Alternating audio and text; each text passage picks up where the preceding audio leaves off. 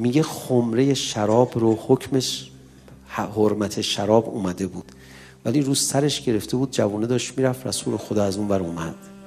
فرمود به به جوان، داری میری برای کار کردن روزی برای خودت، آفرین.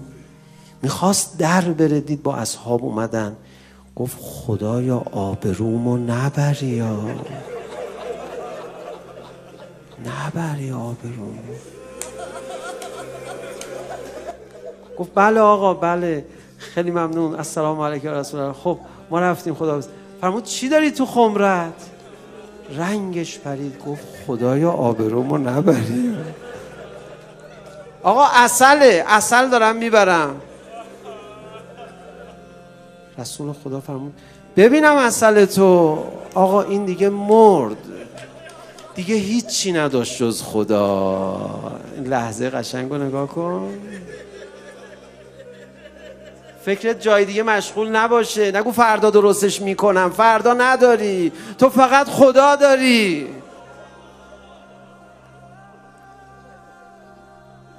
عسل رو گذاشت زمین، روح از بدنش انگار مفارقت کرده، رنگش گچ سفید، فقط خدا رو دیگه داشت. خدایا دوست ندارم پیش پیغمبر ضایع بشم، آبرومو نبر. پیامبر در عسلشو، در خمرشو باز کرد، سراسر پر از عسل. به به چه عسل خوبی، بارکالله جوون. افتاد رو زمین، گفت خدا ممنونت.